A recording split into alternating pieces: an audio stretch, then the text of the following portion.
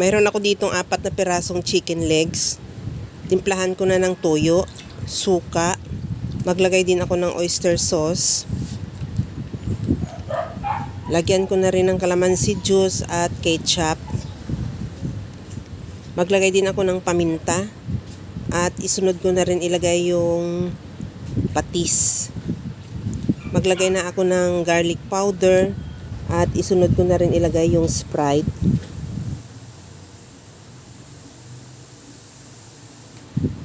Ihalo ko lang yan para matunaw yung mga iba pang ingredients na nilagay natin at manuot sa ating manok. At pagkatapos yan, ibabad ko muna yan ng mga at least 1 hour.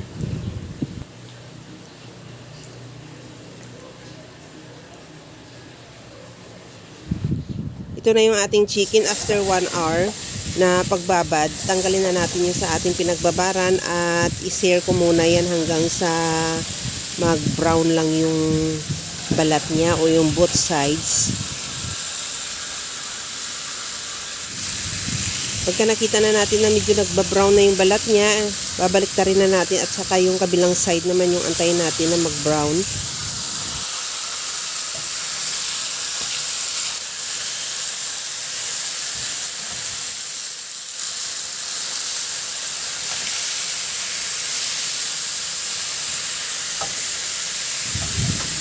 Okay na itong ating chicken. Ilipat ko yan sa malaking kawali. Kasi pagka medyo masikip siya doon, pagka nilagay na natin yung ating pinagbabaran, medyo aawas na yung sabaw niya o yung sauce. Gaya lang yan. Pagkatapos yan, ibuhos ko na rin yung pinagbabaran. Kaya pakuluan na natin yan para yan ang pampaluto o hanggang sa maglambot lang din yung ating manok. At from time to time, baliktarin hanggang sa mag-reduce lang yung sauce o yung sabaw niya.